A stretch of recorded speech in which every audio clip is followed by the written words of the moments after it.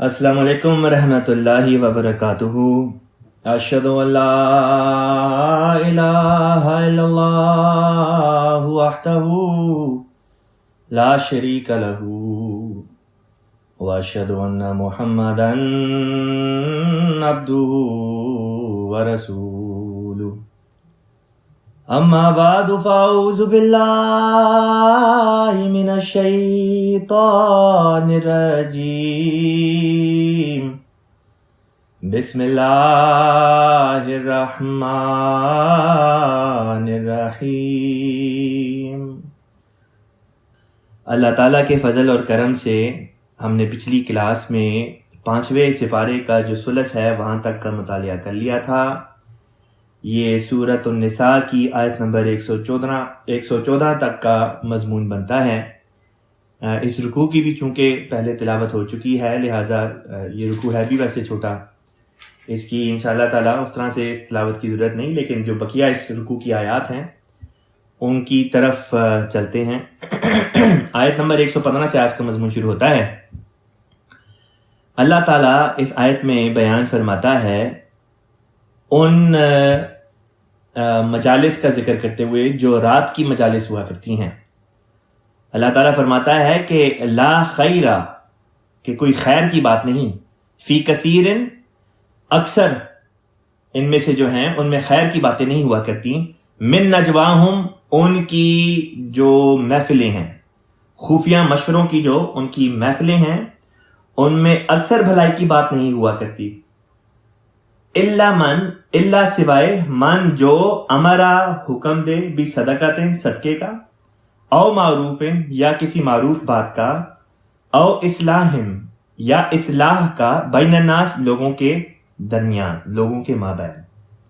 یعنی کہ یہاں پہ دو قسم کی رات کی محفلوں کا اللہ تعالیٰ نے ذکر کر دیا۔ ایک تو وہ جن میں خیر کی بات نہیں ہوا کرتی مگر سوائے تھوڑی سی باتوں کے، یعنی کہ ان میں خیر کی بات نہیں ہوا کرتی جو رات کی محفلیں لگایا کرتے ہیں۔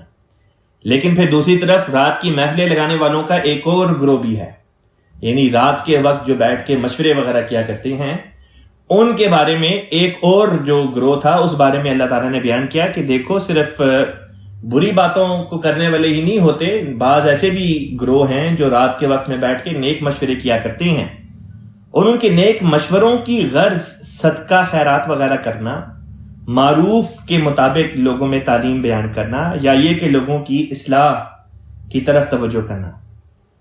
اب یہ ہو بہو جو نقشہ کھینچا ان نیک مجالس کا جو رات کے وقت لگائی جاتی ہیں، مشوروں کی مجالس کا، یہ ہو بہو جماعت احمدیہ میں قائم جو نظام شورا ہے اس کی عکاسی کرتا ہے کہ ہمارے ہاں کئی دفعہ شورا کی سب کمیٹیاں ہوتی ہیں جن کی میٹنگز رات کو کئی دیر تک چلتی رہتی ہیں، اور وہاں پہ بیٹھ کے صدقہ و خیرات اور نیکی کی تلقین اور بری باتوں سے روکنا، یعنی نہی عن المنکر، اسی طریقے سے لوگوں کے مابین اصلاح وغیرہ کے جو مضامین ہیں ان پر مشورے وغیرہ دیے جاتے ہیں اور ان کے اوپر غور و فکر کیا جاتا ہے۔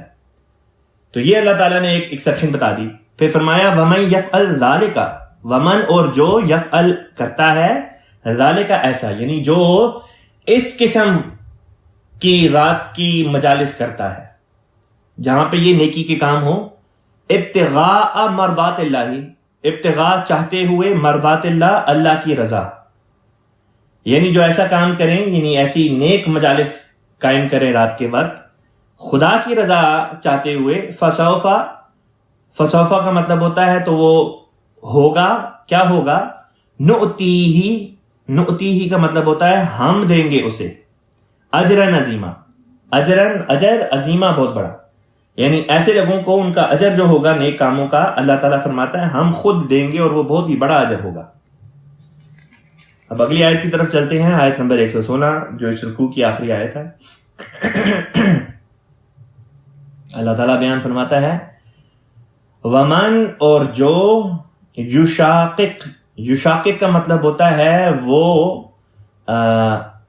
مخالفت کرتا ہے، ومن یشاقق اور جو مخالفت کرے الرسول، رسول کی، یعنی جو اللہ تعالیٰ کے رسول کی مخالفت کرتا ہے. من بعدما، من سے بعدما، بعد اس کے جو، تبین لہو، تبینہ کا مطلب ہوتا ہے روشن ہو گیا، لہو اس کے لیے، الہدا ہدایت، یعنی ہدایت اس کے لیے واضح ہو گئی. واضح ہو جانے کے باوجود وہ خدا کے رسول کی مخالفت کرتا ہے. وَيَتَّبِعْ، اور وہ پیروی کرتا ہے، اتباع کرتا ہے، غیر سبیل المومنین. سبیل المومنین کہتے ہیں مومنوں کا طریق، مومنوں کا راستہ، اور غیر سبیل المومنین سے مراد ہوگی کہ مومنوں کے طریق سے سوا، مومنوں کے طریق کے علاوہ. یعنی مومن ایک طرف چلتے ہیں تو یہ دوسری طرف کا رخ کر لیتا ہے. فرمایا نولیہ، ہم پھیر دیتے ہیں اس کو، ما تولا، ما جو تولا وہ پھرتا ہے، یعنی جس جانب وہ مڑتا ہے ہم اس کو اس جانب پھرنے دیتے ہیں. وَنُسْلِهِ، اور ہم اسے داخل کریں گے جہنم، جہنم میں. یعنی ایسا شخص جو رسول خدا کی مخالفت کرتا ہے بعد اس کے کہ ہدایت اس پر روشن ہو جاتی ہے کہ یہ اللہ تعالیٰ کے رسول ہیں، ان کی اطاعت میں اس کی زندگی، اور رسول پاک صلی اللہ علیہ وسلم کی نافرمانی میں اس کی روحانی موت. یہ باتیں واضح ہو جانے کے باوجود بھی وہ مومنوں کے راستے کو چھوڑ کر ایک دوسرا راستہ اختیار کرتا ہے. ایسے شخص کے بارے میں اللہ تعالیٰ کا فتویٰ یہ ہے کہ پھر اللہ اس کو اس سمت میں چلنے دیتا ہے جس سمت میں وہ خود چل رہا ہوتا ہے انسان، اور وہ سمت بالآخر منتج ہوتی ہے اس بات پر کہ وہ بالآخر جہنم میں گرایا جاتا ہے. وساعت مسیرہ، اور بہت ہی برا ہے مسیرہ بطور ٹھکانے کے. جہنم کو اللہ تعالیٰ نے بتایا کہ یہ ٹھکانے کے طور پہ بہت ہی بری جگہ ہے. یہاں پہ یہ رکوع ختم ہوتا ہے. اب اگلے رکوع کی میں پہلے تلاوت کر دیتا ہوں، پھر انشاءاللہ تعالیٰ اس کے ترجمہ اور جہاں جہاں تفسیر کی ضرورت ہوگی اس کی طرف آ جائیں گے. اعوذ باللہ من الشیطان الرجیم. ان اللہ لا یغفر ان یشرک بہ ویغفر ما دون ذلک لمن یشاء ومن یشرک باللہ فقد ضل ضلالا بعیدا. ان يدعون من دونه الا اناثا وان يدعون الا شيطانا مريدا لعنه الله وقال لأتخذن من عبادك نصيبا مفروضا ولأضلنهم ولأمنينهم ولآمرنهم فليبتكن آذان الأنعام ولآمرنهم فليغيرن خلق الله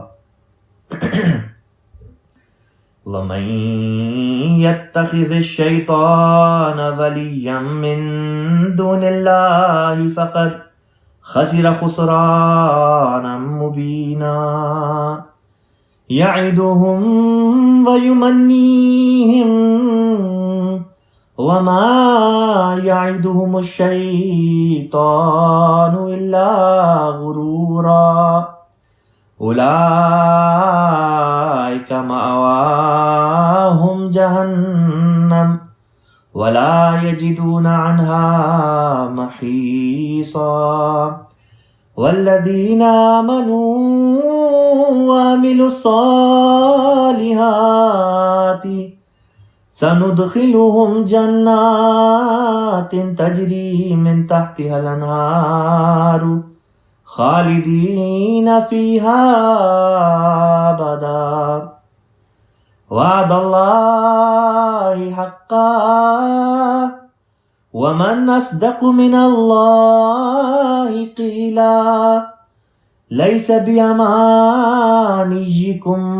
ولا أماني أهل الكتاب من يعمل سوءا يجز به ولا يجد له من دون الله وليا ولا نصيرا. ومن يعمل من الصالحات من ذکر او انثى وهو مؤمن فاولئک يدخلون الجنة ولا يظلمون نقیرا ومن احسن دینا ممن اسلم وجهه للہ وهو محسن واتبع ملة ابراہیم حنیفا واتخذ اللہ ابراہیم خلیلا وَلِلَّهِ مَا فِي السَّمَاوَاتِ وَمَا فِي الْأَرْضِ وَكَانَ اللَّهُ بِكُلِّ شَيْءٍ مُحِيطًا۔ الحمدللہ یہاں پہ اس رکوع کی تلاوت ختم ہوئی۔ اب اس کی جو پہلی آیت ہے، آیت نمبر 117، اس کی طرف چلتے ہیں۔ اللہ تعالیٰ اس آیت میں بیان کرتا ہے ان اللہ، یقیناً اللہ تعالی، لا یغفر، نہیں بخشتا، ان یشرکا، کہ شریک ٹھہرایا جائے، بھی اس کے ساتھ، یعنی اللہ تعالیٰ اس گناہ کو یا اس بات کو معاف نہیں کرتا کہ اس کے ساتھ کسی کو شریک ٹھہرایا جائے۔ وَيَغْفِرُ، اور وہ معاف کر دیتا ہے، ما دونا ذالک، ما جو دونا ذالک اس کے سوا ہے، یعنی شرک کے علاوہ باقی گناہوں کو اللہ تعالیٰ معاف کر دیتا ہے، لمن یشاء، جس کے لیے چاہے۔ بعض لوگ یہ سوچتے ہیں کہ جو بھی گناہ کرو ایز لانگ ایز شرک نہ کرو تو اللہ تعالیٰ معاف کر دیتا ہے، اس لیے کھلے گناہ کیے جاؤ۔ اللہ تعالیٰ فرماتا ہے یہ بات نہیں، اللہ نے شرط لگا دی لمن یشاء کی، جس کو چاہے گا بخش دے گا۔ بس ہمیں کیا پتا کہ اللہ تعالیٰ ہمیں بخشے یا نہ بخشے، آپ کو بخشے یا نہ بخشے۔ اس لیے غلط جو ہے پیغام قرآن پاک کی آیات سے اخذ نہیں کرنا چاہیے۔ قرآن پاک کی کسی آیت سے اگر کوئی شخص اس قسم کا مضمون اخذ کرنے کی کوشش کرے کہ قرآن یہ کہتا ہے کہ آپ فلاں گناہ کر سکتے ہیں، اللہ بالآخر بخش دے گا، تو وہ غلط مضمون اخذ کر رہا ہے۔ قرآن یہ کہتا ہے کہ دیکھو انسان کمزور بنایا گیا ہے، اس سے غلطیاں ہو جاتی ہیں، اس سے گناہ سرزد ہو جاتے ہیں، لیکن اگر دل کی گہرائی سے اس میں پشیمانی پیدا ہو، اس میں شرمندگی کے احساس پیدا ہوں، اور وہ اللہ تعالیٰ کے حضور گڑ گڑائے، روئے، اور اپنی خطا، اپنے قصور کا اللہ تعالیٰ کے حضور وہ اقرار کرے، توبہ استغفار کرے، تو ایسے شخص کی توبہ کو قبول کرتے ہوئے اللہ تعالیٰ اس پر جھک جاتا ہے اور اس کے گناہ بخش دیتا ہے۔ اب یہ مضمون ہے، اور جو اس کو خلط ملت کر دیتے ہیں اور کہتے ہیں کہ اللہ تعالیٰ تو یہ کہہ رہا ہے جو چاہے گناہ کرو میں بخش دوں گا، وہ غلط سمجھتے ہیں، وہ قرآن کی گناہ کو نہیں سمجھتے، وہ قرآن کے مقاصد کو نہیں سمجھتے، اللہ تعالیٰ کے بیان کردہ فرمودہ خدا کا جو کلام ہے اس کے معنی سمجھنے سے قاصر رہ جاتے ہیں، اور ان کا قرآن کی آیات سے غلط استنباط کرنا در حقیقت ان کی اپنی یا تو کم علمی یا پھر کجی طبیعت کی طرف اشارہ کرتا ہے، اور اکثر و بیشتر ہوتا یہی ہے کہ کجی طبیعت ہی ہوا کرتی ہے، جس کی وجہ سے لوگ قرآن پاک کی آیات کے غلط معنی کیے کرتے ہیں جو قرآن کا منشا نہیں۔ مثلا ایک مثال دیتا ہوں، بعض لوگ کہتے ہیں اللہ تعالیٰ قرآن میں فرماتا ہے لا تقربوا الصلاۃ، کہ نماز کے قریبی نہ جاؤ، وہ کہتے ہیں ہم تو اس لیے نماز نہیں پڑھتے کہ اللہ تعالیٰ نے فرمایا کہ لا تقربوا الصلاۃ، حالانکہ قرآن پاک کا تو یہ منشا ہی نہیں، کیونکہ فوراً اسی کے اگلے فقرے میں اللہ تعالیٰ نے اسی جگہ پہ قرآن پاک میں فرما دیا وانتم سکارا، ایسی حالت میں نماز کے قریب نہ جاؤ کہ تمہیں ہوش ہی نہ ہو کہ تم پڑھ کیا رہے ہو۔ پس قرآن کے اصل مفہوم کو سمجھنے کے لیے قرآن کا سیاق و سباق ان آیات کا آپ کو بتائے گا کہ نفس مضمون کیا ہے، اور اس کے لیے یہ بھی بڑا ضروری ہے کہ انسان کی طبیعت میں کجی نہ ہو، کیونکہ کجی ہوگی تو وہ بہانے تلاش کرے گا کہ کس طرح سے قرآن کی کسی آیت کا وہ کوئی ٹیڑھا مطلب نکالے۔ اسی لیے اللہ تعالیٰ نے قرآن پاک کے شروع میں ہی سورۃ البقرہ کے شروع میں فرما دیا کہ یہ ہدایت ہے ان لوگوں کے لیے جن کے دلوں میں تقویٰ ہے، ھدی للمتقین، جن کے دلوں میں تقویٰ ہوگا وہ اس کے صحیح معنی پالیں گے، ورنہ جن کے دلوں میں کجی ہے وہ اس سے ٹیڑھے معنی نکالنے کی کوشش کریں گے۔ اب آگے چلتے ہیں، اللہ تعالیٰ فرماتا ہے وَمَن یشرک، اور جو شریک ٹھہراتا ہے باللہ اللہ تعالیٰ کا، فقد، تو یقیناً، ضل، گمراہ ہوا، ضلالا بعیدا، بہت دور کی گمراہی، یعنی وہ بہت دور کی گمراہی میں بہک چکا ہے۔ حضرت خلیفۃ المسیح الرابع رحمہ اللہ تعالی اسی آیت کا ترجمہ اور تفسیر کرتے ہوئے بیان فرماتے ہیں کہ دیکھو یہاں پہ در حقیقت مراد یہ ہے کہ وہ لوگ جو شرک کی حالت میں وفات پا جائیں، جو شرک کی حالت میں وفات پا جاتے ہیں، پھر اللہ تعالیٰ کا معاملہ، پھر ان لوگوں کا معاملہ اللہ کے ہاتھ میں ہے۔ اور یہ وہ مضمون ہے جو اللہ تعالیٰ یہاں پہ بیان کر رہا ہے کہ پھر اگر کوئی ایسا بندہ ہے جو اس دنیا میں شرک کرتا ہے لیکن توبہ کر لیتا ہے تو وہ تو بخشا گیا۔ مثلا حضور نے مثال دی کہ دیکھیں اکثر جو صحابہ تھے رسول پاک صلی اللہ علیہ وسلم کے، وہ مکے کے جو کفار تھے انہی میں سے اسلام میں داخل ہوئے۔ جو پہلے شرک کیا کرتے تھے توحید کے دل دادے ہو گئے۔ بعض صحابہ یہودیوں میں سے آئے، بعض عیسائیوں میں سے بھی آئے، اور بعض ایسے بھی تھے جو پہلے سے توحید پرست تھے۔ لیکن بہرحال صحابہ کی ایک بڑی تعداد ایسی تھی جو ان کفار میں سے آئی جن کا آبائی مذہب جو تھا وہ بت پرستی چلتا چلا آ رہا تھا، اور بتوں کی وہ پرستش کیا کرتے تھے، ان کی عبادت کیا کرتے تھے، اور اسی کا نام تو در حقیقت شرک ہے۔ تو مراد یہ نہیں تھی کہ جس نے شرک کیا ہے لیکن اپنی توبہ کے سامان نہیں کیے، توبہ نہیں کی اس گناہ سے۔ مراد در حقیقت یہ تھی کہ ایسا شخص جو شرک کرتا رہا ساری زندگی اور شرک ہی میں وفات پا گیا، اب اس کی معافی کا جو سلسلہ ہے وہ اللہ تعالیٰ نے بند کر دیا، اب اللہ کے ہاتھ میں ہے۔ اور ایسے شخص کے بارے میں اللہ تعالیٰ نے فرما دیا کہ ایسے جو اشخاص ہوا کرتے ہیں جو شرک کی حالت میں وفات پا جائیں، ان کے لیے خدا تعالیٰ نے یہ لکھ چھوڑا ہے کہ وہ سزا کے بغیر ان کی معافی کا سامان نہیں ہوا کرتا۔ لیکن وہ جو ابھی زندہ ہے، بے شک ہو مشرک لیکن زندہ ہے، اس کے لیے توبہ کا دروازہ کھلا۔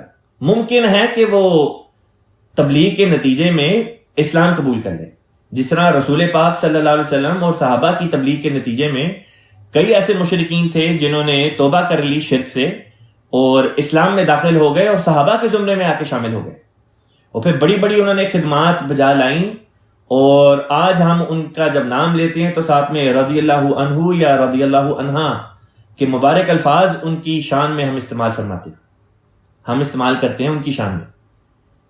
تو یہ وہ مضمون ہے جو یہ آیت ہمیں بتا رہی ہے کہ بخشش کا دروازہ مشرکین کے لیے تب تک کھلا ہے جب تک وہ زندہ ہیں، کہ اگر توبہ کر لیں زندگی کی حالت ہی میں۔ اب سوال یہ پیدا ہوتا ہے کہ بعض لوگ اگر یہ کہیں کہ اس سے تو یہ پتا چلا کہ ساری زندگی انسان شرک کرتا رہے، بستر مرگ پر کلمہ پڑھ لے تو کافی ہے۔ یہ بات بھی غلط ہے، کیونکہ یہ قرآنی آیت کا غلط استنباط کرنا ہوگا، کیونکہ کس کو پتا موت کب آنی ہے۔ اللہ تعالیٰ کے رسول حضرت محمد مصطفیٰ صلی اللہ علیہ وسلم فرماتے ہیں دیکھو توبہ کا دروازہ تب تک کھلا ہے جب تک انسان پر نزع کی حالت طاری نہ ہو جائے، یعنی کہ جب تک انسان بستر مرگ پر آنا پڑے، اس سے پہلے۔ بس ہمیں کیا پتا کہ کس کو کب وفات نے آ لینا ہے، مجھے کیا پتا کہ مجھے کب موت آنی ہے، اور آپ کو کیا پتا کہ آپ کو کب وفات آنی ہے، آپ کی موت کب لکھی ہے، کسی کو کچھ نہیں پتا۔ بس در حقیقت اصل منشا قرآن کا یہی ہے، خدا کا منشا یہی ہے کہ دیکھو اول وقت جو تمہیں ملے، جب تمہیں پتا چل جائے کہ حقیقت کیا ہے، ہدایت کیا ہے، فوری طور پر لبیک کہتے ہوئے اس کو پکڑ لو اور اس کے اوپر ایمان لے آؤ۔ جو سچی توبہ کرتے ہیں وہ یہ نہیں کہا کرتے کہ اچھا ٹھیک ہے میں مان تو گیا ہوں لیکن ابھی میں کچھ اور وقت انتظار کروں گا، کچھ اور گناہ کر لوں، اس کے بعد پھر دیکھوں گا۔ جو سچی توبہ کرنے والے ہوتے ہیں، جو خدا کی خاطر ہدایت قبول کرنے والے ہوتے ہیں، ان کی یہ سوچ نہیں ہوا کرتی۔ ان کی تو یہ سوچ ہوتی ہے کہ اچھا سو بسم اللہ، اگر یہ ہدایت ہے تو ہم فوری طور پہ اس کو قبول کرتے ہیں اور اپنے دلوں میں جگہ دیتے ہیں۔ اسی لیے اللہ تعالیٰ فرماتا ہے وَمَن یشرک بِاللَّہِ، کہ جو خدا کے ساتھ شریک ٹھہراتا ہے اور پھر اس حالت میں مر جاتا ہے، فَقَدْ ضَلَّ ضَلَالًا بَعِيدًا، پس ان کا معاملہ بہت دور کا ہے، کہ وہ اتنی ایسی گمراہی میں چلے گئے ہیں کہ بہت دور نکل گئے ہیں اس گمراہی میں۔ فرمایا ان یدعون، اگر وہ پکارتے ہیں، من دونہ، ان میں سے، الا اناثا، من دونہ سے مراد ہے سوا اس کے، یعنی کہ اگر تو وہ پکارتے بھی ہیں کسی کو خدا کو چھوڑ کے، الا اناثا، تو وہ سوائے مورتیوں کے اور کسی کو نہیں پکارتے۔ اب یہ جو اناسا کا لفظ ہے یہ انسا سے نکلا، انثا کا اصل میں مطلب ہوتا ہے عورت، لیکن عربی زبان کی خاصیت یہ ہے کہ بیک وقت ایک لفظ کے ذریعے سے کئی معنی پیدا ہو جاتے ہیں۔ اب اس لفظ انثا کا ایک مطلب عورت ہے، لیکن اس کا ایک مطلب جو ہے وہ یہ بھی ہے کہ جو کمزور ہو۔ پھر ایک یہ بھی اس لفظ کے اندر مطلب پایا جاتا ہے کہ وہ جس میں کوئی جان نہ ہو۔ اب اس کا یہ مطلب نہیں کہ یہ گویا عورتوں کے بارے میں کہا جا رہا ہے کہ جیسے ان میں کوئی جان نہیں، لفظ ایک ہی ہے لیکن اس کے مختلف مطالب بیان کیے گئے، اور سیاق و سباق سے پتا چلے گا کہ اس لفظ کا کون سا مطلب اس جگہ پہ چسپاں ہوگا۔ بس جہاں پہ عورت کا مفہوم آنا ہوگا وہاں پہ سیاق و سباق سے پتا چلے گا کہ وہاں پہ عورت مراد ہے۔ جہاں پہ کسی کمزوری کے معنی میں وہ لفظ استعمال ہونا ہوگا وہاں پہ سیاق و سباق بتا دے گا کہ کمزوری کے معنی، اور جہاں پہ بے جان کا مطلب آنا ہوگا سیاق و سباق ہمیں بتائے گا کہ بے جان کے معنی۔ بس یہاں پہ در حقیقت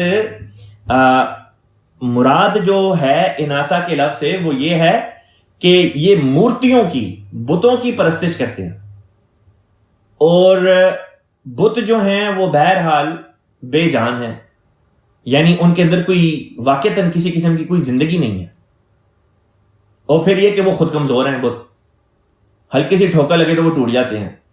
تو جس کی اپنی یہ حالت ہے وہ لوگوں کی کیا حفاظت کریں گے؟ جس کی اپنی یہ کیفیت ہے کہ نہ وہ کچھ سن سکتے ہیں نہ وہ کچھ کر سکتے ہیں، وہ دوسروں کے لیے کیا کریں گے؟ بس ان کا بے جان ہونا اور کمزور ہونا در حقیقت مراد ہے۔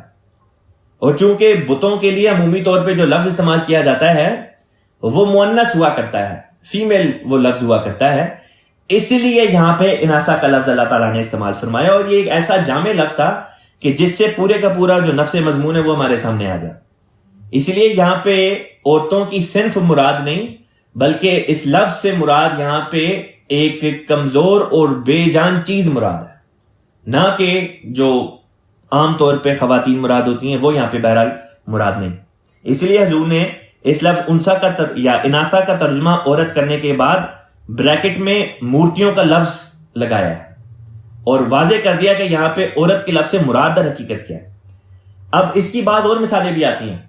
مثال کے طور پہ عربی زبان میں بیک وقت ایک لفظ متضاد معنی بھی پیدا کر دیتا ہے۔ اب حرام کا لفظ ہے، حرام کا لفظ کسی چیز کی حرمت کی طرف بھی اشارہ کرتا ہے کہ یہ بڑی پاک ہے، اور کسی چیز کی ناپاکی کی طرف بھی اشارہ کرتا ہے اور کہتا ہے کہ یہ چیز حرام ہے۔ اب مسجد الحرام جب ہم کہتے ہیں تو وہاں پہ اس مسجد کی حرمت کی طرف اشارہ کیا کہ اس کا ایک تقدس ہے، لیکن بیک وقت اس کا ایک متضاد معنی بھی ہے۔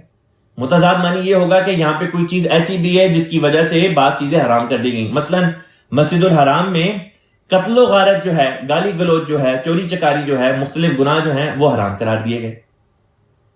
تو ایک ہی لفظ ہوتا ہے جس میں مختلف معنی آ جاتے ہیں، پس سیاق و سباق بتائے گا کہ وہاں پہ کون سا معنی اس لفظ کا استعمال کیا جائے گا۔ فرمایا وَإِن يَدْعُونَ، اور اگر وہ پکارتے ہیں، إِلَّا شَيْطَانًا مَرِيدًا، تو سوائے شیطان مرید کے کچھ نہیں پکارتے۔ شیطان کا مطلب تو شیطان ہو گیا، مریدہ، مرید عربی زبان میں کہتے ہیں میم زبر کے ساتھ جب مرید کہیں تو مراد ہوتی ہے سرکش اور ضدی۔ جب میم کے ساتھ یہ لفظ آتا ہے مرید، تو مرید کا مطلب عمومی طور پہ ہم لوگ لیتے ہیں کسی کا پیروکار، لیکن جب یہ لفظ فتحہ کے ساتھ آتا ہے میم پہ جب زبر لگا دیں تو اس سے مراد ہوتی ہے ضدی اور سرکش۔ بالفاظ دیگر اللہ تعالیٰ ہمیں یہ بتا رہا ہے کہ جو بتوں کی پرستش کرتے ہیں، جو اللہ کے سوا کسی کا، اللہ کے علاوہ کسی کو خدا کا شریک ٹھہراتے ہیں، یعنی اللہ کی عبادت کو چھوڑ کے کسی اور کی عبادت کرنا شروع کر دیتی ہیں، وہ در حقیقت شیطان کے بہکاوے میں آ کے اس کے پیچھے چل رہے ہوتے ہیں۔ وہ در حقیقت سرکش شیطان جو ہے اسی کی آواز پہ لبیک کہہ رہے ہوتے، خدائے واحد کی آواز پہ لبیک نہیں کہہ رہے ہوتے۔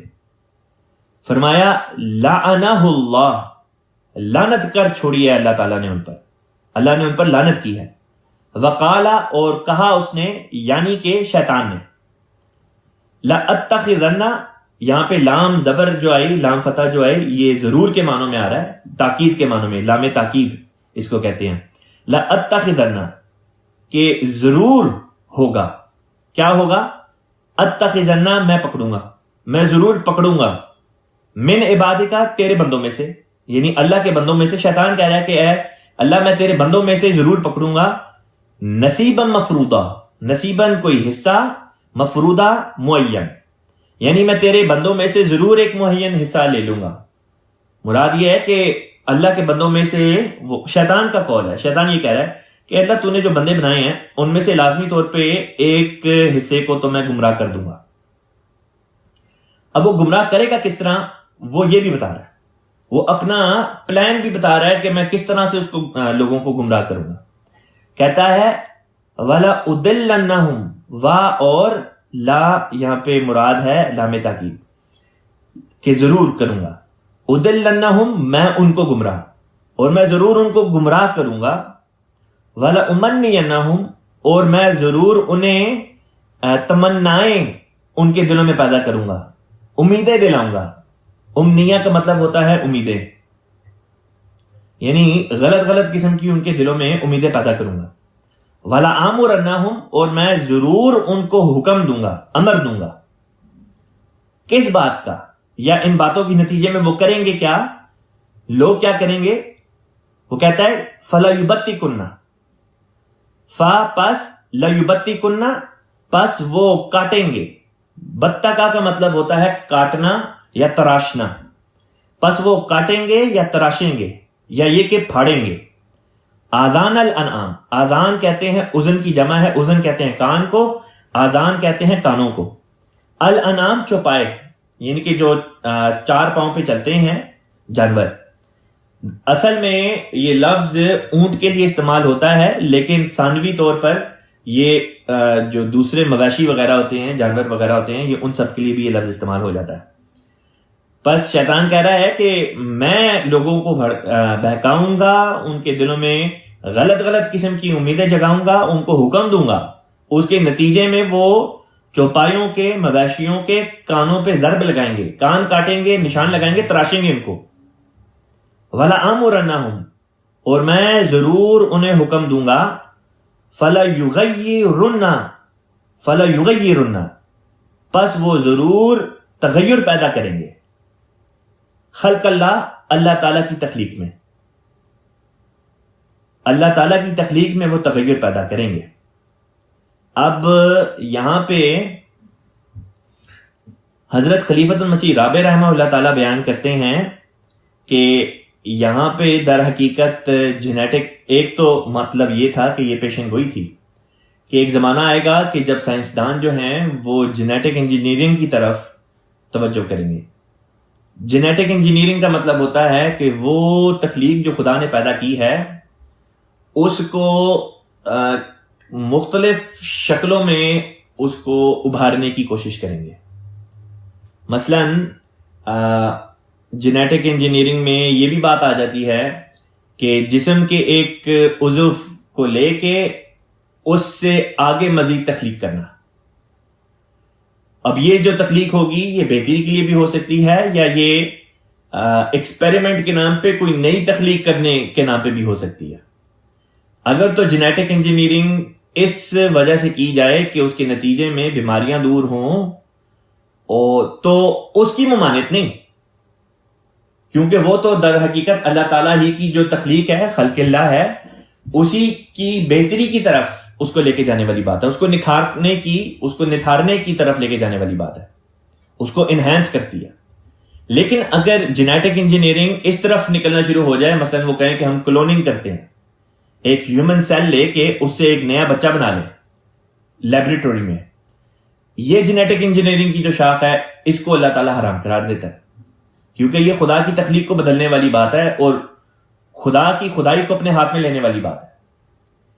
اسی طریقے سے بعض لوگ یہ کرتے ہیں، بعض سائنسدان جو ہیں وہ کہتے ہیں کہ ہم جینیٹک انجینئرنگ کے ذریعے سے کوئی زندگی کی نئی شاخ پیدا کرنا چاہتے ہیں. مثلا بکرے کے سیل لیں گے اور بکرے کے سیل کو لے کے کسی اور جانور کے سیل کے ساتھ ملا کے ایک نئی تخلیق کرنے کی کوشش کریں گے. گویا وہ جو خدا کی تخلیق تھی اس کو بگاڑنے کی کوشش میں لگ جائیں گے. بس یہ دو مختلف زاویے ہیں اس کو دیکھنے کے. ایک وہ جو خدا کی تخلیق کو بہتر بنانے کے لیے لے کے چلتا ہے. مثلا لوگوں کو بعض بیماریاں ہوتی ہیں, ان کے علاج کے طور پہ جینیٹک انجینئرنگ کام آ جاتی ہے. کسی کا دل کمزور ہے, گردے کمزور ہیں, تو اسی کے سیل کو لے کے آرٹیفیشلی اگر اس کے وہ اعضاء گرو کیے جائیں لیبوریٹوری میں, دل کو گرو کیا جائے یا بعض اس کے حصوں کو گرو کیا جائے, اس چیز کی ممانعت نہیں, کیونکہ اس سے زندگی کا جو ایک جو معیار ہے وہ بہتر ہو رہا ہے. لیکن اس کے مخالف پہ جو دوسری قسم کی سائنس کی شاخ تھی جو یہ کہتی تھی کہ اس سے لے کے ہم نے اور نئی نئی چیزیں بنانا شروع کر دینا, نئے نئے جانور بنانے, زندگی کی کوئی نئی شاخیں قائم کرنی ہے, اس چیز کی اللہ تعالیٰ نے ممانعت کر دی, یہ کہہ کے کہ یہ ان کو شیطان بہکائے گا اس طرح پر. جس طرح شیطان کے یہ الفاظ اللہ تعالیٰ نے قرآن پاک میں فرما دیے کہ وہ اس طرح پر گمراہ کرے گا کہ ان کو امیدیں دلائے گا, اور یہ کہ وہ ہوگا جو در حقیقت ان کے دلوں میں یہ خواہشیں پیدا کرے گا کہ یہ کرو یہ کرو یہ کرو.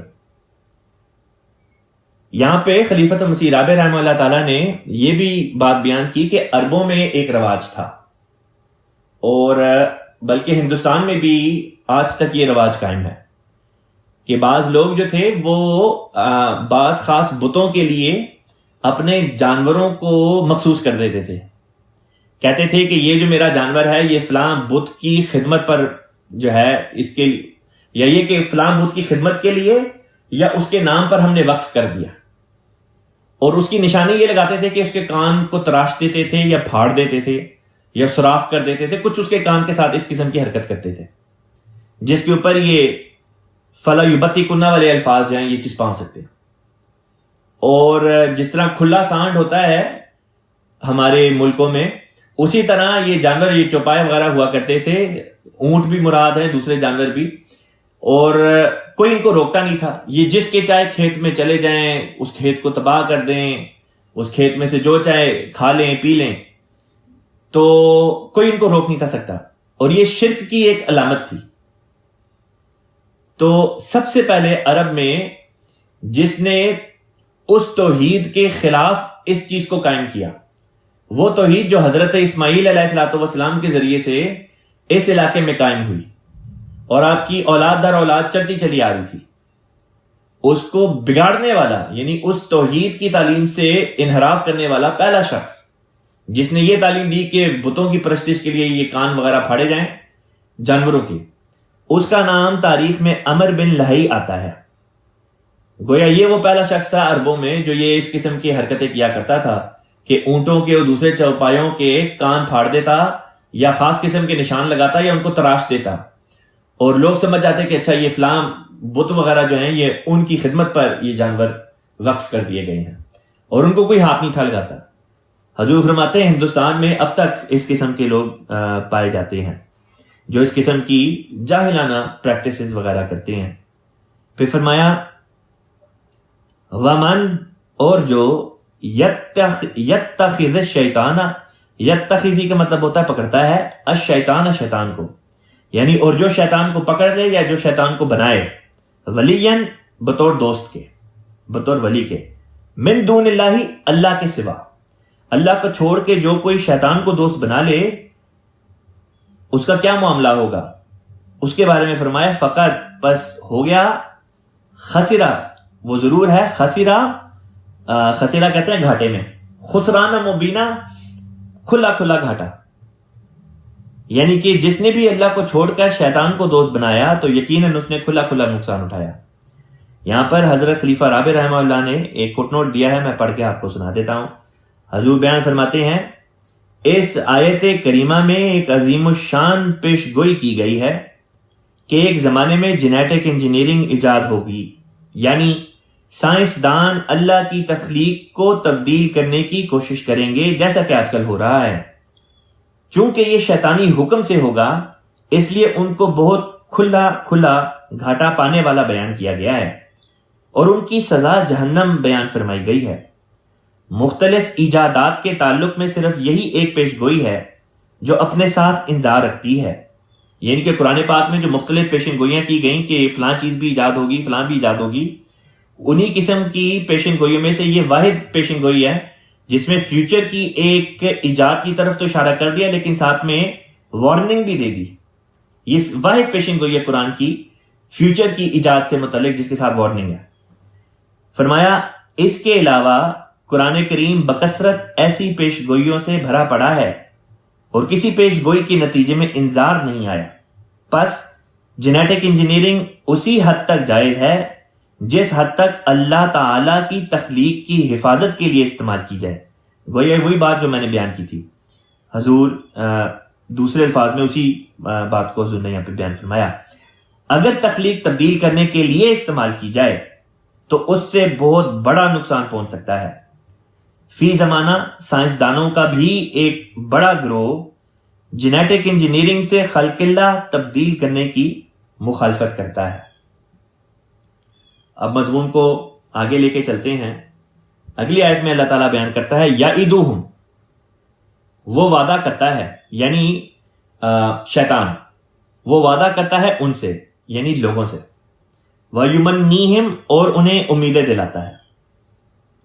وَمَا يَعِدُهُمْ، اور نہیں وہ وعدہ کرتا ان سے. وَمَا يَعِدُهُمُ الشَّيْطَانُ، اور شیطان ان سے وعدہ نہیں کرتا الا غرورا، سوائے دھوکے کے. غرور جب غین کی دمہ یا غین کی پیش کے ساتھ آئے تو مراد ہوتی ہے دھوکا، اور جب غین کی زبر یا غین کی فتح کے ساتھ آئے تو اس سے مراد خود شیطان ہوا کرتا ہے. یہاں پہ غین کی پیش یا غین کی دمہ کے ساتھ آیا ہے اس لیے یہاں پہ مراد دھوکا ہے کہ شیطان جو بھی وعدہ کرتا ہے وہ در حقیقت دھوکے پر مبنی ہی ہوا کرتا ہے. یعنی کہ جو بھی وہ امیدیں دلاتا ہے لوگوں کو، جو بھی وہ ان سے وعدے کرتا ہے وہ وعدے در حقیقت اور کچھ نہیں ہوتے سوائے دھوکے کے. فرمایا اولئکا، یہی تو وہ ہیں مأواہم جہنم، جن کا مأواہم، جن کا ماوا یا جن کا ٹھکانہ جہنم ہے. ولا یجدون، اور نہیں وہ پائیں گے انہا اس سے محیصہ کہتے ہیں امن کی جگہ کہہ لو یا یہ کہہ لیں کہ گریز کی جگہ جہاں انسان بھاگ کر چلا جائے. یہ لفظ در حقیقت عربی کے مادے ہاسا سے نکلا ہے الف صاد. ہاسا کا مطلب ہوتا ہے اس نے پناہ لی یا کسی جگہ وہ پناہ کی خاطر بھاگ گیا. تو محیصہ سے مراد ہوتی ہے ایسی جگہ جہاں انسان پناہ لینے کے لیے بھاگ جائے. تو اللہ فرماتا ہے کہ جہنم سے بچنے کے لیے ان کے پاس کوئی جگہ ان کو نہیں ملے گی، وہ بھاگ نہیں سکیں گے. پھر فرمایا والذین، اور وہ لوگ آمنو جو ایمان لائے، وعملوا الصالحات، اور عمل کیے انہوں نے صالحات یعنی نیک. اب اللہ تعالیٰ بالکل برعکس لوگوں کا ذکر کر رہا ہے. پچھلی آیات میں تو ان لوگوں کا ذکر تھا جو شیطان کے شکنجے میں آ گئے، شیطان کے نیچے آ گئے. اب اللہ ان لوگوں کا ذکر کر رہا ہے جو مومن لوگ ہیں، ایمان والے ہیں.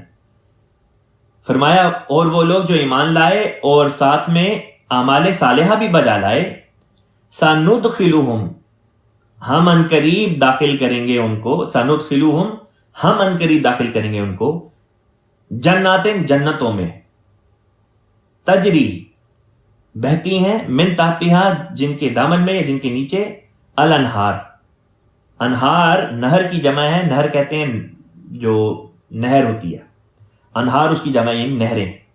خالدین فیہا، بسیں گے وہ اس میں ہمیشہ ہمیش کے لیے، ابدا، ہمیشہ ہمیش.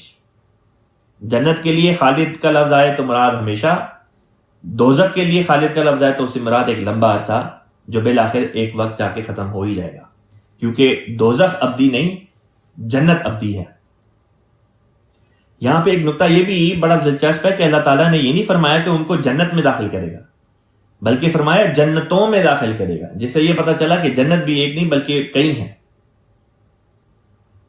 اور اسی بات کی طرف سورۃ الرحمن میں بھی اللہ تعالیٰ نے ایک جگہ پہ ذکر کیا کہ وَلِمَنْ خَافَ مَقَامَ رَبِّهِ جَنَّتَانِ، کہ جو اپنے رب کے مقام سے خوف کرتا ہے اس کے لیے اللہ تعالیٰ نے 2 جنتیں بنائی ہیں. اور پھر چند آیات کے وقفے سے اللہ تعالیٰ فرماتا ہے کہ وَمِن دُونِهِمَا جَنَّتَانِ، غالباً یہی الفاظ آتے ہیں کہ ان کے علاوہ 2 اور جنتیں بھی ہیں، گویا 4 جنتوں کا اللہ تعالیٰ نے ذکر کیا. اور خلیفہ رابع رحمہ اللہ تعالیٰ یہ جو جنت کی جمع جنتیں آیا ہے اس کی بڑی لطیف اور خوبصورت تشریح بھی آپ نے فرمائی، جو انشاءاللہ تعالیٰ جب ہم سورہ رحمان کے اس پہ مضمون پہ پہنچیں گے وہاں پہ کور کریں گے۔ فی الوقت یہ بتا دیتا ہوں، ایک جنت تو وہ ہے جس کو جنت ارضی ہم کہتے ہیں، یعنی ہمارے گھروں کو، ہمارے گھروں میں جنت نظیر ایک فضا، ایک ماحول قائم ہو جائے۔ اور ایک جنت وہ ہے جو اللہ تعالیٰ نے اخروی زندگی سے معین کر دی۔ پھر ایک جنت خدا کی رضا کی بھی ہے، اور اسی طرح اور بھی جنتیں ہیں جن کا ذکر حضور نے کیا۔ آگے مضمون کو لے کے چلتے ہیں۔ اللہ تعالیٰ بیان کرتا ہے وعد اللہ، اللہ کا وعدہ، حق کا سچ ہے، یعنی اللہ کا جو وعدہ ہے وہ سچ ہے۔ ومن، اور کون ہے، اصدق، سب سے زیادہ سچا، سب سے زیادہ صادق، من اللہ، اللہ سے، قیلہ، بات میں، یعنی اپنے قول میں اللہ سے زیادہ سچا اور کون ہے، یعنی سب سے زیادہ اپنی بات میں سچا اللہ تعالیٰ ہی ہے۔ پھر فرمایا لیسا، لیسا کا مطلب ہوتا ہے نہیں ہے، بیامانیکم، تمہاری امیدوں کے مطابق، تمہاری امنگوں، تمہاری خواہشات کے مطابق۔ کیا نہیں ہے؟ حضور فرماتے ہیں فیصلہ، کہ جو فیصلہ ہوگا وہ تمہاری خواہشات کے مطابق نہیں ہونا، ولا امانی، اور نہ ہی ان لوگوں کی خواہشات کے مطابق، اہل کتاب، جو اہل کتاب ہے۔ من یا عمل، من جو یا عمل کرتا ہے، سوئن، برا، یعنی جو برا کام کرتا ہے، یجزا بھی، اس کی جزا پائے گا، یعنی کہ جو برا کام کرے گا اس کو اس کی سزا مل کر رہے گی۔ ولا یجد لہو، اور نہیں ہے، یا یہ کہ ولا یجد، اور وہ نہیں پائے گا، لہو، اس کے لیے، من دون اللہ، اللہ کے سوا، ولین، کوئی ولی، یعنی کہ کوئی دوست، ولا نصیر، اور نہ ہی کوئی مددگار۔ اب یہاں پہ یہ سوال پیدا ہوتا تھا کہ جو گناہ کرتا ہے کیا لازمی طور پر اس کو سزا دی جائے گی اور اس کی گناہ بخشے نہیں جا سکتے؟ پس در حقیقت مراد یہ ہے کہ جو برے کام کرتا ہے، جو گناہ کرتا ہے لیکن توبہ اور استغفار نہیں کرتا۔ پھر گناہوں کی بھی اقسام ہیں، بعض گناہ ایسے ہوتے ہیں جو توبہ، استغفار، مثلا جو گناہ خدا کے ساتھ کیے، خدا کے ساتھ کرنے سے مراد یہ تھے کہ جو خدا کے حقوق ادا نہیں کیے۔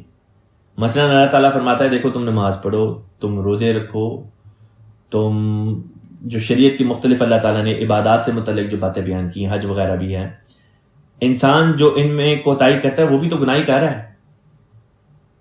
تو ایسے گناہ جن کا تعلق خدا تعالیٰ کے ساتھ ہو وہ توبہ اور استغفار کے ساتھ تعلق رکھتے ہیں کہ توبہ استغفار کے ذریعے سے ان کی بخشش ہو جاتی ہے۔ لیکن بعض گناہ ایسے ہوتے ہیں جن کا تعلق بنی نوع انسان سے ہوتا ہے، وہاں پہ صرف توبہ اور استغفار کافی نہیں ہوتے، وہاں پہ اگر کسی کو نقصان پہنچایا ہے تو اس کی تلافی بھی ضروری ہے۔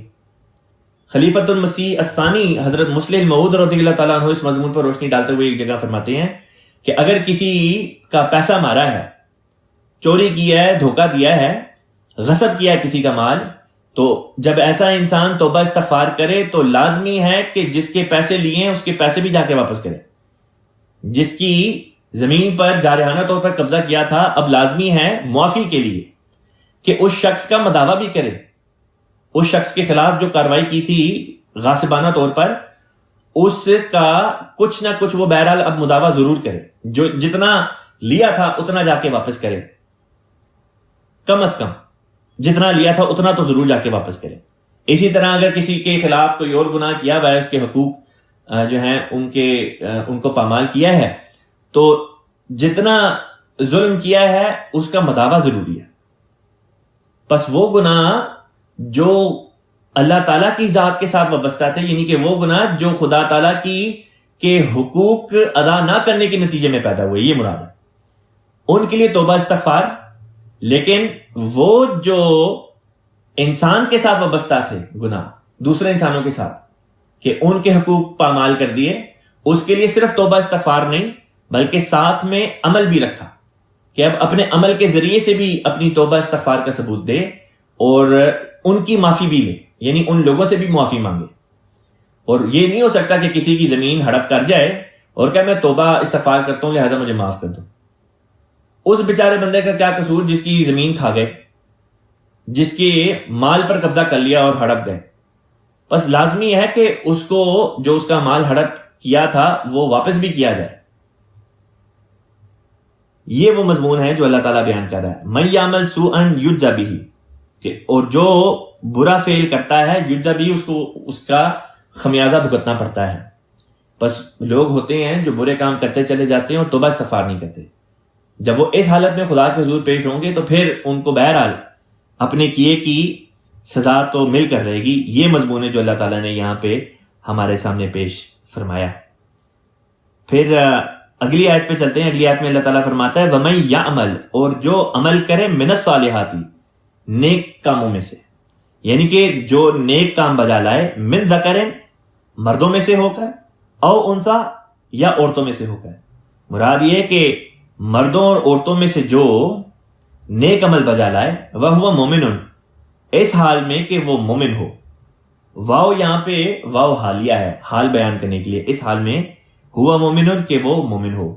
فَأُولَئِكَ، پس اولئک وہ ہے یا وہی ہیں، یدخلون وہ داخل ہوں گے، الجنت جنت میں، ولا یظلمون، ولا اور نہیں، یظلمون وہ ظلم کیے جائیں گے، یعنی ان پر ظلم نہیں کیا جائے گا. نقیرہ، نقیر کہتے ہیں کھجور کی گٹھلی کا سوراخ.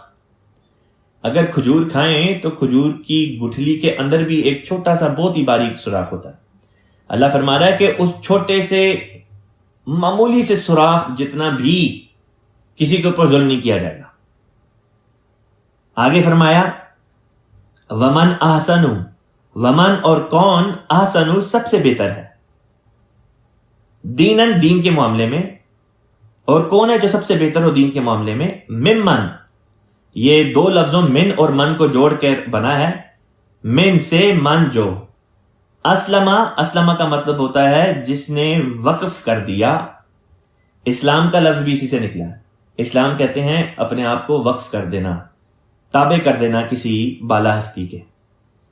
اسلمہ وجہہ، وقف کر دیا وجہہ، اپنے چہرے کو یا اپنی توجہ کو. وجہن عربی زبان میں چہرے کو بھی کہتے ہیں اور توجہ کو بھی کہتے ہیں. بس مراد یہ ہوگی کہ اس سے بہتر دین کے معاملے میں اور کون ہو سکتا ہے جس نے اپنی توجہ وقف کر دی للہ، اللہ کے لیے. توجہ خدا کی خاطر وقف کرنا کیا ہوتا ہے کہ اٹھتا ہے تو خدا کی خاطر، خدا کے خیالات ہر وقت اس پر مستولی رہتے ہیں. بیٹھتا ہے تو خدا کے ذکر میں ہمیشہ مشغول رہتا ہے. چلتا ہے تو اللہ تعالیٰ کی نعمتوں کا شکر ادا کر رہا ہوتا ہے. کھاتا ہے تب بھی اللہ کا نام لے کر، پیتا ہے تب بھی اللہ کا نام لے کر. گویا اس کا ہر فعل، ہر حرکت، ہر سکونت جو ہے وہ خدا کی رضا کی خاطر ہوتی ہے. یہاں تک کہ جب اپنی بیوی کو کھانا کھلاتا ہے تو وہ بھی خدا کی رضا کی خاطر کر رہا ہوتا ہے. گویا ایسا شخص جس کا ہر فعل خدا تعالیٰ کی خاطر ہو جائے وہ مراد ہے. اور یہاں پہ صرف مرد مراد نہیں، عورتیں بھی مراد ہیں. وہ عورتیں جو تمام تر خدا کی خاطر اپنے وجود کو وقف کر دیں. پھر اس میں واقفین زندگی بھی شامل ہیں، کیونکہ وہ اپنے آپ کو واقعتاً خدا تعالیٰ کے حضور پیش کر دیتے ہیں اور کہتے ہیں کہ اللہ تعالیٰ ہم اپنے آپ کو دنیا مافیہا سے آزاد کر کے تیرے دین کی خاطر وقف کر دیتے ہیں. واقفات نو ہیں، واقفین نو ہیں، واقفین زندگی ہیں، وہ سارے کے سارے اسی میں آ جاتے ہیں. لیکن اصل مضمون زندگی کا ایک مسلمان کی جو ہے وہ یہی ہے، وقف للہ، خدا کی خاطر وقف کرنا. اسی وجہ سے حضرت اقدس مسیح موعود علیہ الصلوۃ والسلام فرماتے ہیں کہ اب یہ الفاظ میرے لیکن مفہوم حضور کی ہی ایک اقتباس سے میں اخذ کر کے بیان کر رہا ہوں کہ اصل بات یہ ہے کہ انسان اپنے آپ کو مومن ہونے کی حالت میں خدا کی خاطر وقف کر دے. یہ ہے اسلام. مسلم کہتے ہی اس کو ہیں جو اللہ تعالیٰ کی خاطر اپنی ہر چیز کو قربان کر دے، وقف کر دے. بس نہایت ہی خوبصورت مضمون ہے جو اللہ تعالیٰ نے اس آیت میں یہاں پہ کھینچا ہمارے سامنے کہ دیکھو دین کے معاملے میں اس شخص سے بڑھ کر بہتر کون ہو سکتا ہے جس نے اپنی تمام تر توجہ اللہ تعالیٰ کی خاطر وقف کر دی. وہ محسن، اس حال میں کہ وہ احسان کرنے والا ہے.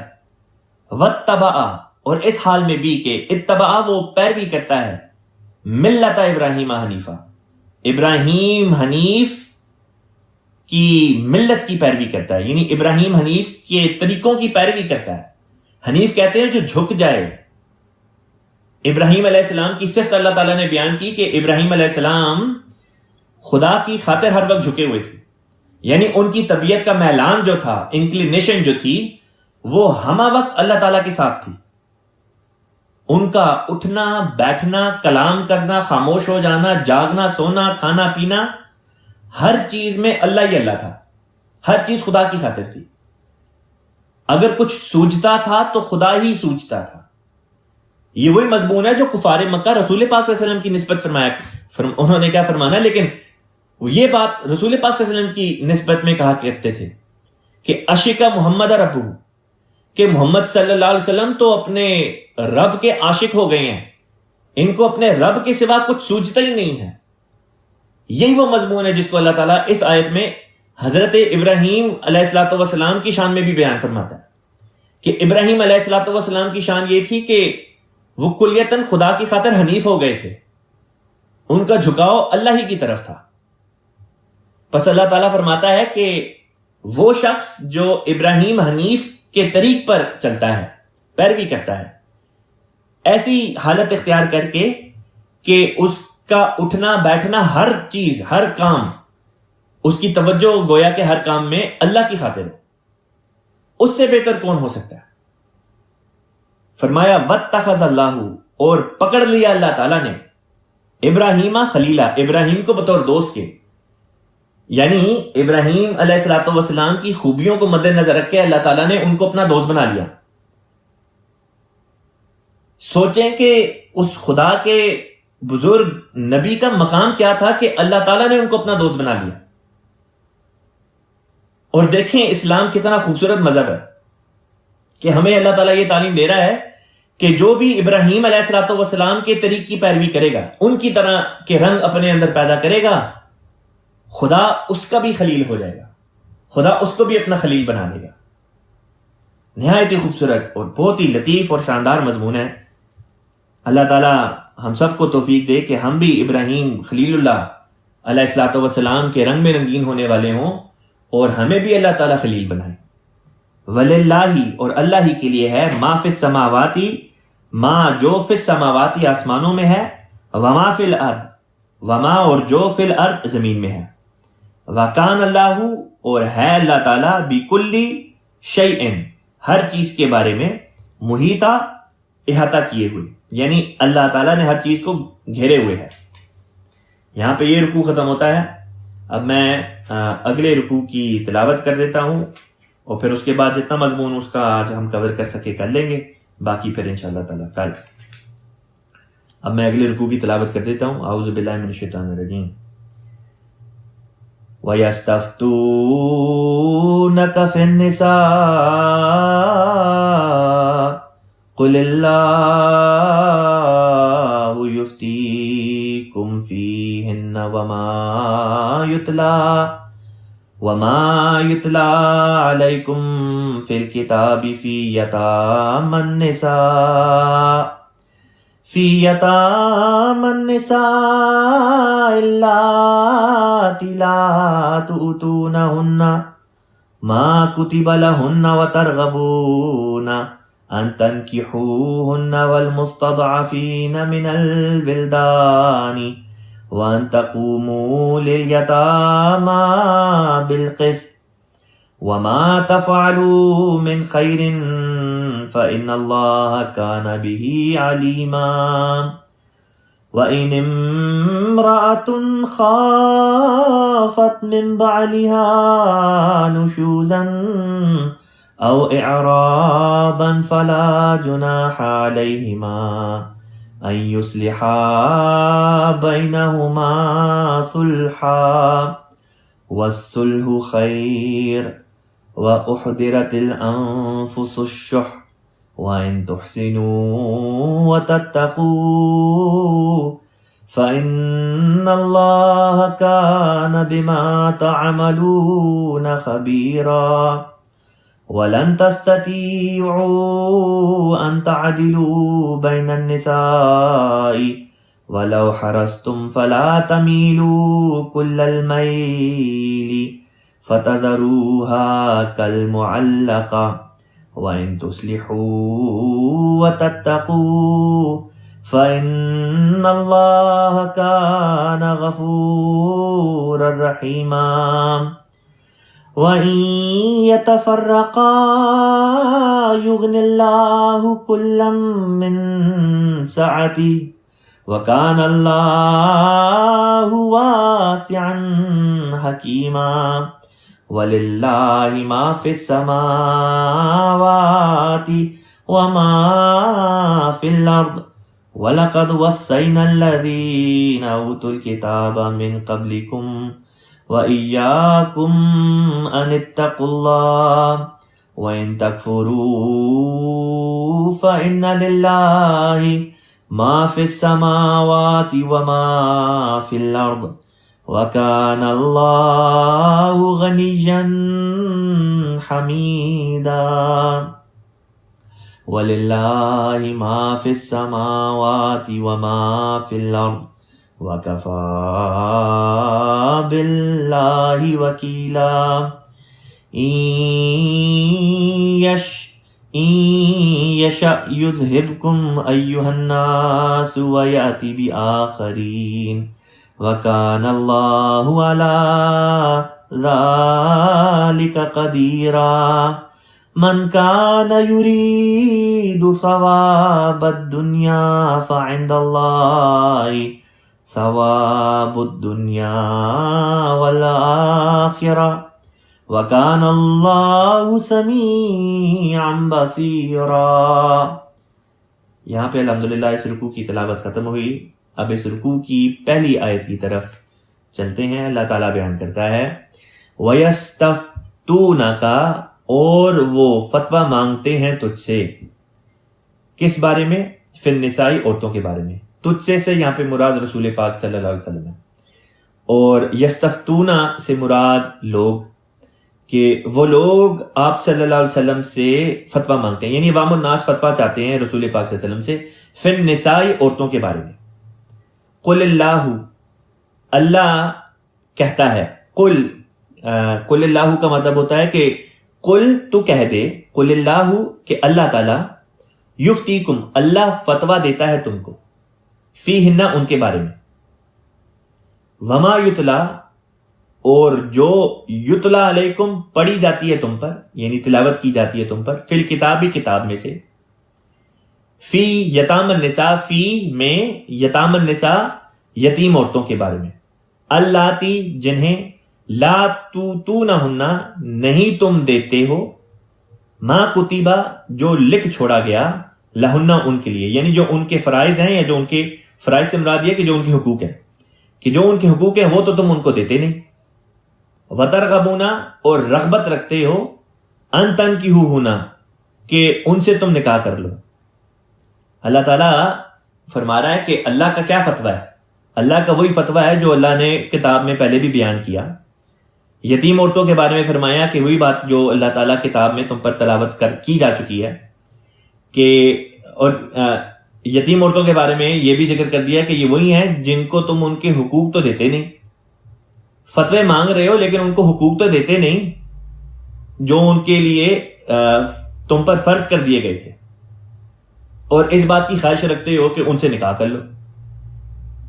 اور ان کے بارے میں بھی پھر اللہ تعالیٰ فرماتا ہے فتویٰ، والمستضعفین اور وہ جو کمزور ہیں، من الولدان بچوں میں سے، یعنی ان بچوں کے بارے میں بھی تو اللہ تعالیٰ نے تمہیں فتویٰ دیا ہے جو کمزور ہیں، بے سہارا ہیں، وَأَن تَقُومُوا اور یہ کہ تقوموا تم قائم ہو جاؤ، کھڑے ہو جاؤ، مضبوطی کے ساتھ پختہ ہو جاؤ، لِلْیَتَامَا یتامہ کی خاطر، یتامہ کو ان کے حقوق دلوانے کی خاطر کھڑے ہو جاؤ۔